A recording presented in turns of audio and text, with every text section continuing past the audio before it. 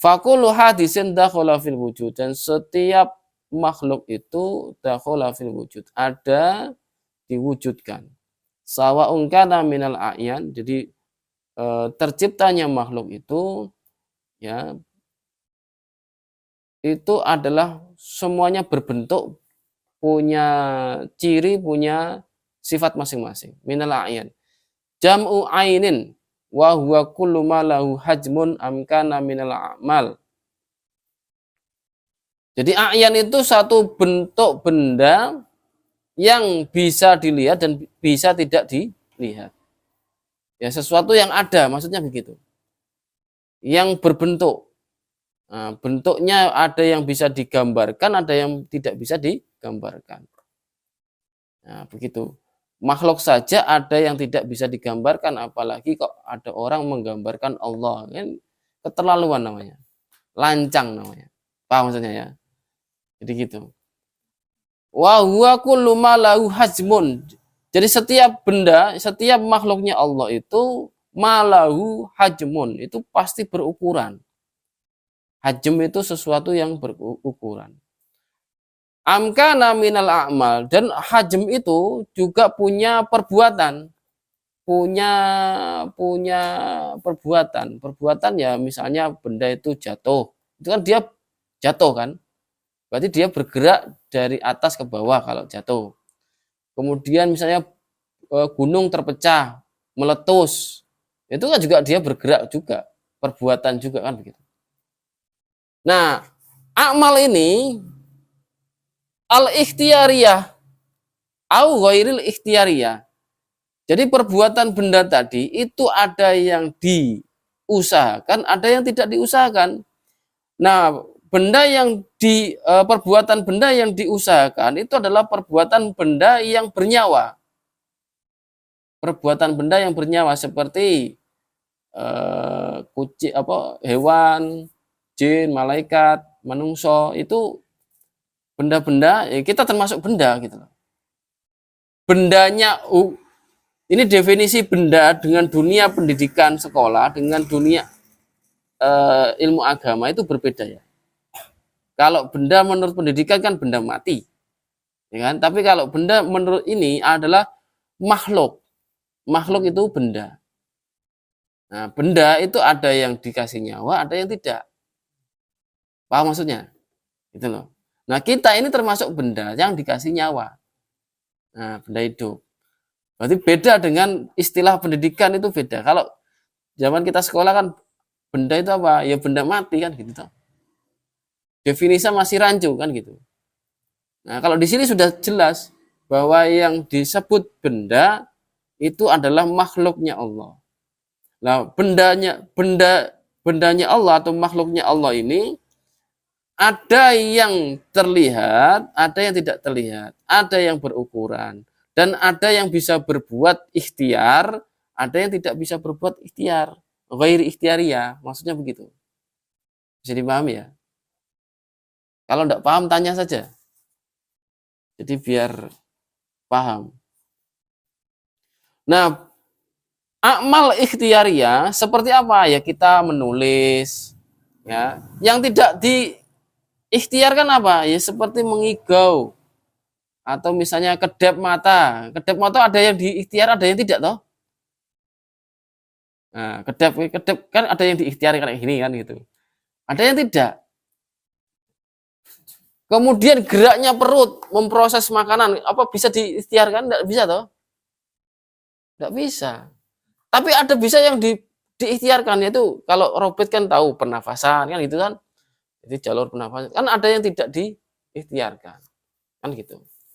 Jadi gitu ya. Jadi bisa dipahami. Semua itu diciptakan oleh Allah. Fahuwa bi khalqillahi ta'ala. Semua itu diciptakan oleh Allah. Lanjutnya, fal a'yan kulluha minad darr. A'yan tadi, benda tadi, itu juga mulai dari yang terkecil. Kalau yang terkecil ini kan kalau menurut ilmu biologi kan ada yang mikroba segala macam. Itu juga termasuk darah maksudnya. Bisa dipahami ya. Nah, darah yang di sini menurut para ulama adalah yang terlihat oleh mata. Maksudnya begitu. Nah, Nah, darah yang terlihat oleh mata itu apa? Wa hiya asgharun hajmin narahu. Nah, ini maksudnya narahu ya kita bisa melihatnya gitu maksudnya. Sesuatu yang sangat kecil ukurannya, narahu yang kita bisa melihatnya. Mungfaslan secara langsung. Paham maksudnya ya? Ana ghairihi bil ain. Atau sesuatu yang lainnya dengan mata kita. Mujarrodadi wa haba. Apa itu al-haba? Alladhi yadharu inda dukhuli nuri syamsi minal kawwati au makan asghara minha. Jadi sesuatu debu yang berterbangan yang terlihat ketika terlewati sinar matahari. Nah, ini definisi ulama yang mengatakan seperti itu. Ada ulama yang lain mengatakan bahwa darah itu adalah semut merah. Semut merah. Nah, sedangkan ayan yang tidak terlihat ya macam-macam, ada mikroba, ada macam-macam, ada sel, ada apa kalau di bahasa biologi kan begitu kan. Nah, mereka juga gerak-gerak kan begitu toh. Nah, kita bisa melihatnya dengan alat kan, alat pembantu yaitu apa? Mikroskop kan gitu. Kalau yang narohu ini secara langsung, mata langsung maksudnya begitu. Ilal arsy sampai ayan yang terbesar, benda yang terbesar yaitu apa? Arsy. Arsy itu besarnya itu begini. Jadi alladzi huwa akbaru makhluqatillah ta'ala min haitsul hajm. Ya, arsy itu benda yang sangat besar dan terbesar, sesuatu benda yang terbesar, makhluknya Allah yang terbesar yang diciptakan oleh Allah. Besarnya arsy itu begini. Ibaratnya begini. Rasulullah Shallallahu Alaihi Wasallam sudah memberikan ibarat bahwa gabungan 7 langit dibandingkan makhluk Allah yang bernama kursi itu ibarat cincin yang ada di padang pasir padang pasir yang luas. 7 langit itu apa? Cincin. Kursi itu padang pasir yang luas. Kemudian kursi dibandingkan dengan arsy itu seperti cincin di padang pasir yang luas. Nah, cincin itu apa? Kursi. Padang pasir arsy. Berarti apa? Besarnya arsy yang enggak karu-karuan. Begitu maksudnya. Ya, padahal arsy itu adalah atapnya surga. Berarti apa? Surga itu juga besar sekali. Makanya ada ulama yang memberikan kabar kepada kita bahwa setiap orang mukmin yang nanti masuk surga itu punya lahan. Kita kan kalau di dunia kan punya tanah gitu kan. Nah, kalau di surga itu sejauh mata memandang. Kaplingan kita gitu maksudnya. Apa maksudnya? Sejauh mata memandang. Itu semakin kita berjalan ya itu kita dapatkan kan gitu. Ini kan tadi coba kita bandingkan tadi. 7 langit dibanding kursi berarti apa?